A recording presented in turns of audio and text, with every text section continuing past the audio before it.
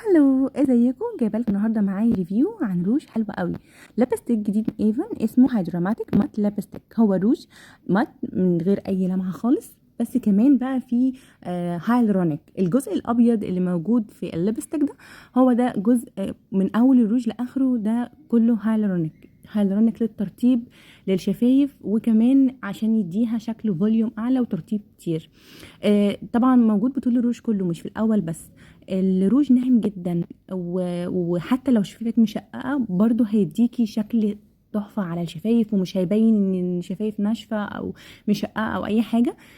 طبعا انا كنت بكلمكم كتير عن اهميه السكراب للشفايف وترطيب الشفايف علشان الروج شكله بيختلف عليها، لكن الهيدراماتيك ليبستيك من ايفن اصلا الهيالورونيك اللي موجود فيه بيدي ترطيب عالي جدا، وكمان بيعمل تنعيم لاي جزء ناشف او تشققات في الشفايف وانت بتستخدميه، فبيدي شكل حلو قوي.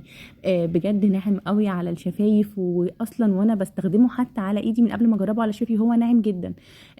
وبيدي فوليوم كده شويه للشفايف، بيبقى شكله حلو قوي. انا كاتبه لكم الشيدز كلها تحت في الفيديو عشان لو مش باينه في الصوره. والدرجات انتوا اصلا هتحتاروا تاخدوا ايه ولا ايه من كتر حلاوته. بجد ريحته حلوه، طعمه حلو، كمان ترطيبه عالي جدا وشكله واو على الشفايف. هسيب لكم في اخر الفيديو كم صوره كده موجود فيها ليب لاينر مع كل درجه روج تناسب لها، يعني تحديد للشفايف مع الدرجه اللي تناسبها.